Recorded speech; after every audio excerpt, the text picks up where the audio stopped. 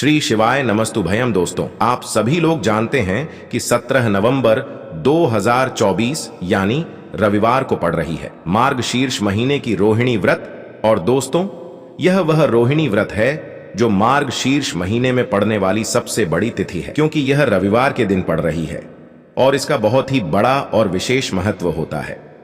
पूज्य गुरु जी ने कहा है कि अगर कभी भी मौका लग जाए और मार्गशीर्ष महीने की रविवार रोहिणी व्रत को पड़ जाए तो आप लोगों को 7 चावल के दाने वाला उपाय तो अवश्य ही करना चाहिए।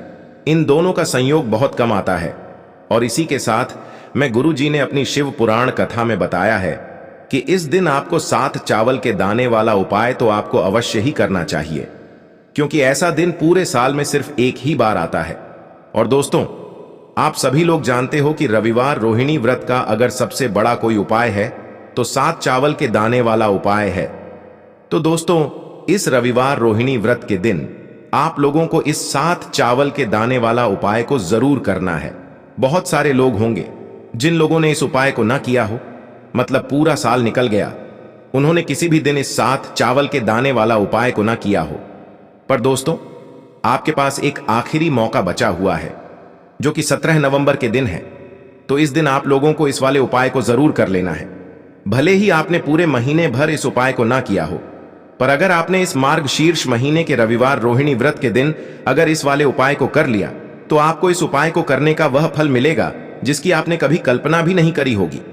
इसीलिए आप लोग इस वाले उपाय को एक बार जरूर कर लेना है, ताकि आप लोगों के हाथ से यह मौका ना जा सके और आपको इस उपाय को करने का फल मिल सके। दोस्तों, यह उपाय पंडित जी ने अपनी अभी की ही श्री शिव महापुराण की कथा में बताया है, जिस उपाय को आज हम आपको बहुत अच्छे से समझाने वाले हैं। इस वीडियो को देखने के बाद इस उपाय को समझने के लिए आपको कोई और वीडियो को देखने की जरूरत नहीं पड़ेगी। तो चलिए दोस्तों, उपाय को शुरू करते हैं। देखिए, यह इस मार्गशीर्ष महीने के रविवार रोहिणी व्रत के दिन यह इतना खास होता है, इतना महत्वपूर्ण होता है। देखा गया है कभी कभी बड़े बड़े पूजा पाठ अनुष्ठान से जो मनोकामना पूर्ण नहीं होते, वह मार्गशीर्ष महीने के रविवार रोहिणी व्रत के दिन एक छोटे से उपाय करने से ही आपकी मनोकामना पूर्ण हो जाती है। और बहुत सारे लोगों ने इस उपाय को किया भी है और उनको इस उपाय को करने का फल भी जरूर मिला है। अगर आप लोग भी इस उपाय को करना चाहते हैं तो आप इस उपाय को पहले अच्छे से समझ लेना, सुन लेना, उसके बाद करना। आपको इस उपाय का फल जरूर मिलेगा और इस उपाय को कर लेने से आपके घर में चाहे किसी भी प्रकार की दुख और समस्या क्यों ना चल रही हो, आपको उसका कारण भी नहीं पता है कि भाई यह समस्या किस कारण से चल रही है, उसका कुछ भी कारण हो सकता है, जैसे पितृदोष हो सकता है या किसी भी तरह का मंगल दोष भी हो सकता है। तो इस दिन आप लोगों को यह वाला उपाय कर लेना है। यह एक ऐसा उपाय है जिस उपाय को अगर किसी विशेष दिन पर किया जाए तो भाई उस विशेष दिन का जो है वह तो हमें मिलता ही मिलता है, पर हमने उस दिन पर इस उपाय को किया है तो हमें उससे भी बड़ा फल मिलता है और फल बहुत जल्दी मिलता है, क्योंकि आप इस उपाय को बहुत ही बड़े और विशेष दिन पर कर रहे हो। तो चलिए अब उपाय के बारे में बात करते हैं, लेकिन उससे पहले आप लोगों को यह जानना आवश्यक है कि आखिर यह उपाय किस समय करना है, किसको करना है और कैसे करना है। तो चलिए हम आगे आपको वीडियो में एक एक करके बता देते हैं। लेकिन उससे पहले अगर आप लोग हमारे चैनल पर पहली बार आए हैं या फिर मेरी आवाज आज पहली बार सुन रहे हैं तो हमारे चैनल को सब्सक्राइब जरूर कर लेना और इस वीडियो को लाइक करके कमेंट बॉक्स में श्री शिवाय नमस्तुभ्यम ओम नमः शिवाय जरूर टाइप कर देना। तो दोस्तों, इस 7 चावल के दाने वाला उपाय को हमें इस रविवार रोहिणी व्रत के दिन कैसे करना है, किसको करना है, किस समय करना है और कहां पर करना है, ये सारे सवालों के जवाब आपको इस वीडियो में मिल जाएंगे। और जो यह वीडियो देखेगा भाई, उसको 7 चावल के दाने वाला उपाय जरूर करना चाहिए, क्योंकि इस दिन एक चावल के दाने का भी बहुत ही बड़ा और विशेष महत्व होता है। और जब बात आ जाए 7 चावल के दाने वाला उपाय की, तो यह सोने पर सुहागा वाली बात हो जाती है और यह एक बहुत ही बड़ा उपाय हो जाता है इस रविवार रोहिणी व्रत का।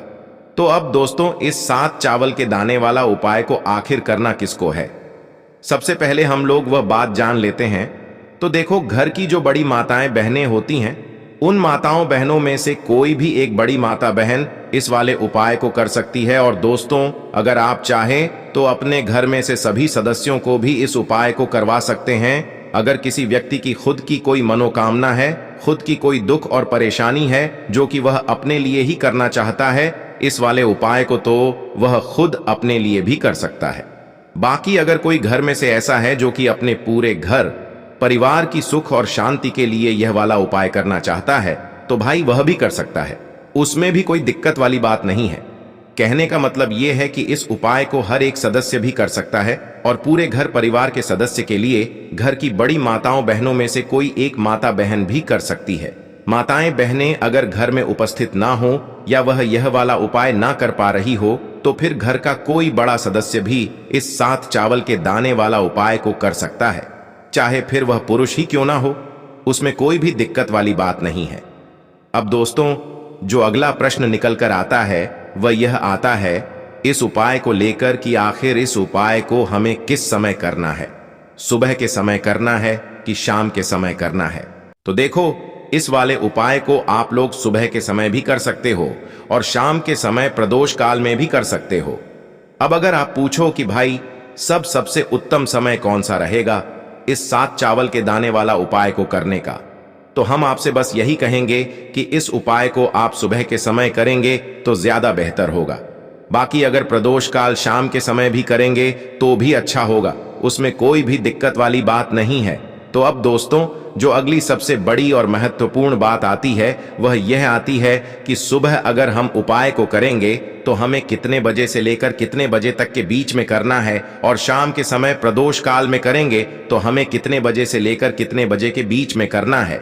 तो देखो, सुबह जितनी जल्दी हो सके आप उपाय को करने की कोशिश करना। बाकी अगर किसी कारणवश लेट भी हो जाओ, थोड़ी देर भी हो जाए, तो 10 या 11 बजे तक भी आप उपाय कर लेना, पर 12 बजे से ज्यादा देरी ना हो, ठीक है? इस बात का ध्यान रखना।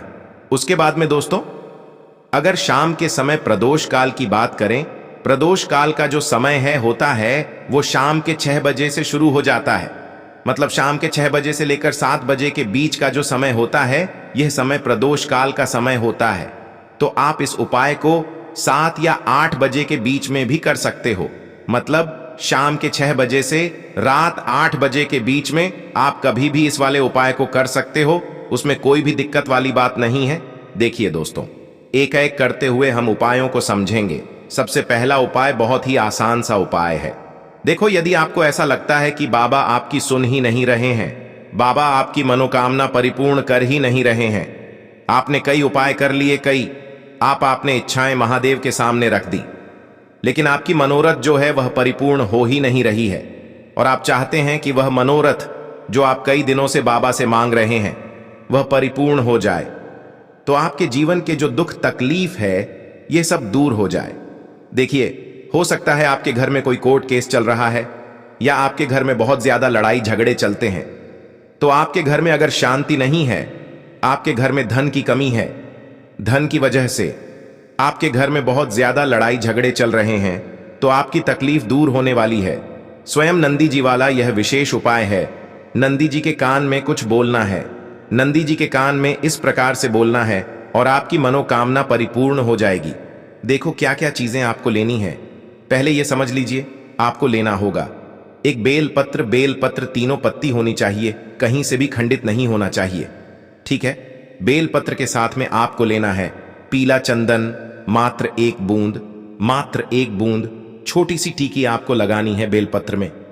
इसीलिए थोड़ा सा ही पीला चंदन आपको लेना है और इस पीले चंदन के अंदर थोड़ा सा जल मिला देना है ताकि गीला हो जाएगा, पेस्ट के रूप में तैयार हो जाएगा। आ गई इतनी बात समझ में। अब आपको क्या करना है, आपको साथ में लेना है 7 चावल के दाने। महादेव आपका साथ देने वाले हैं इन 7 चावल के दानों से। अब आपको क्या करना है, भगवान शिव के मंदिर में आपको जाना है। नंदी जी बैठे हैं, नंदी जी के पास में, मतलब जो पैर उठा हुआ रहता है ना नंदी जी का, उस साइड आपको, सीधे साइड आपको बैठना है। इस यहाँ पर जैसे ही बैठोगे, यहाँ पर आपको बेलपत्र लेना है और बेलपत्र की जो यह बीच की जो डंडी है, यहाँ पर आपको मात्र पीले चंदन की एक बिंदी लगा देनी है। पीले चंदन की बिंदी लगा दी। अब यह जो ऊपर वाली जो पत्ती है यहां पर एक एक करते हुए 7 चावल आपको रखना है। ठीक है, 7 चावल आपने ऊपर वाली पत्ती पर रख दिए, या देखो एक प्लेट ले जाना, तो प्लेट के ऊपर आप बेलपत्र रख देना, फिर टीकी लगा देना, फिर उसके बाद आप यह 7 चावल के दाने रख देना। ठीक है, अब आपको क्या करना है, जहां पर आप नंदी जी के वहां पर बैठे हो, तो नंदी जी के कान में आपको आपकी जो भी इच्छा है, जो आप चाहते हैं कि महादेव परिपूर्ण करें, और नंदी जी के कहने पर महादेव आपकी मनोकामना निश्चित तौर पर परिपूर्ण करेंगे। तो आपको क्या करना है, नंदी जी को कान में आपको बोल देना है, जो भी आपके दुख तकलीफ है, जो भी आपके कष्ट हैं, वह सब दूर हो जाए, ऐसी आपको कामना करना है। और नंदी जी के कानों में आपको बोल देना है, जो भी आप चीज बोलेंगे वह नंदी जी भगवान शिव से विनय करके बोलेंगे। और नंदी जी की बात भगवान शिव नहीं टालते हैं, और इसीलिए आप जो भी इच्छा है, आपकी जो भी कामना है, वह आपको विशेष बोलना है, और उसके बाद आपको वहां से उठना है। ठीक है, नंदी जी को कान में मनोकामना बोल दी, फिर उठना, फिर उसके बाद भगवान शिव के वहां पर जाना। और यह जो बेलपत्र है, यह बेलपत्र चिकना वाला साइड जो है, और भगवान शिव के शिवलिंग के ऊपर इसे अर्पित कर देना है। अर्पित कैसे करोगे, जो बेलपत्र का जो चिकना वाला साइड है वह नीचे की साइड हो जाना चाहिए। अब जैसे ही आप अर्पित करने जाओगे तो चावल के दाने तो गिर जाएंगे, यानी कि जैसे ही अर्पित करने जाओगे तो भगवान शिव के शिवलिंग के ऊपर चावल के दाने गिर जाएंगे, क्योंकि वह किसी से भी चिपके हुए नहीं है, तो कोई तकलीफ नहीं है। वह जैसे आप अर्पित करोगे, ना भले चावल के दाने भगवान शिव के शिवलिंग पर गिर जाए, वह कोई तकलीफ नहीं है। बस आपको यह जो बेलपत्र है यह आपको उल्टा अर्पित कर देना है, यानी कि जो पीला चंदन है भगवान शिव के शिवलिंग पर स्पर्श होना चाहिए, और इस प्रकार से आपको अर्पित कर देना है। डंडी का जो हिस्सा है जलाधारी की तरफ हो जाना चाहिए। बस इतना सा प्यारा सा उपाय एक बार करके देखिए, निश्चित तौर पर महादेव आपकी जो भी मनोरथ है, जो बाबा से आप कई दिनों से मांग रहे हैं, वह निश्चित तौर पर परिपूर्ण हो जाएगी। आ गई इतनी बात समझ में। देखिए, अब हम बात करते हैं दूसरे उपाय की। देखिए, यह उपाय जीवन में ऊर्जा का है। रविवार का दिन है और रोहिणी व्रत है। अगर आपके जीवन में बहुत ज्यादा अंधकार है, अगर आपके घर के जो बच्चे हैं बहुत ज्यादा सोचते हैं, या आपके घर में कोई भी ऐसा व्यक्ति है बहुत ज्यादा सोचता है, डिप्रेशन में रहता है, तनाव उसको है, तो तनाव को मुक्त करने के लिए यह उपाय है। अगर उसके भाग्य में जीवन में तेज की प्राप्ति नहीं है, तेज यानी कि ऊर्जा नहीं है, उदासी रहती है, जीवन में आलस्य बहुत है, तो फिर उस व्यक्ति को यह उपाय करना चाहिए। कोई काम करता भी है तो उसमें सफल नहीं हो पा रहा है, तो विशेष यह उपाय उसी व्यक्ति को करना है। देखो, इस उपाय के लिए आपको क्या क्या सामग्री लेना होगी। सबसे पहले तांबे का एक पात्र लेना, उसके अंदर घर से आपको जल भरना है। अब इसी जल के अंदर आपको लाल चंदन डालना है। एक छुटकी डालें, थोड़ा ज्यादा डालें, जितना आपको डालना है आप डालें। लाल चंदन जो होता है तीज की वृद्धि करता है। रविवार के दिन लाल चीजों का उपाय करना बेहद शुभ होता है, और हो सके तो लाल रंग के कपड़े पहन करके अगर आप यह उपाय करेंगे ना, तो और भी शुभ होगा। यह लाल चंदन मिश्रित जल आपको क्या करना है, आपको जाना है किसी भी बेलपत्र के पेड़ के वहां पर सुबह से लेकर के शाम तक आप यह उपाय कर सकते हैं। कल रविवार की रोहिणी व्रत पर सुबह से लेकर के शाम तक आप बेलपत्र के पेड़ के वहां पर जाना, उत्तरमुखी होकर के आपके जीवन के अंधकार दूर हो। जो भी आप स्मरण करेंगे, आप लेट उठते हैं, आपसे कोई कार्य बनता नहीं है, आपके जीवन में रोग बहुत ज्यादा है, तो भी आप यह उपाय करेंगे तो आपको उसका स्मरण करना है कि यह समस्या मेरी महादेव आपको दूर करना है। ऐसी कामना करते हुए आपको यह जो जल है श्री शिवाय नमस्तुभ्यम का स्मरण करते हुए यह पूरा जल आपको बेलपत्र के पेड़ की जड़ में आपको अर्पित कर देना है। बहुत ही आसान सा उपाय है और यह उपाय हर कोई कर सकता है, तो यह मुक्का आपको गंवाना बिल्कुल भी नहीं है। यह हो गया पैरो उपाय। अब हम बात करते हैं अंतिम उपाय की, तीसरे उपाय की। देखो, यह उपाय बहुत ज्यादा खास है। शिवलिंग पर चढ़ा जल 3 जगह आपको लगाना है आपके शरीर में, और आपकी बीमारी दूर हो जाएगी।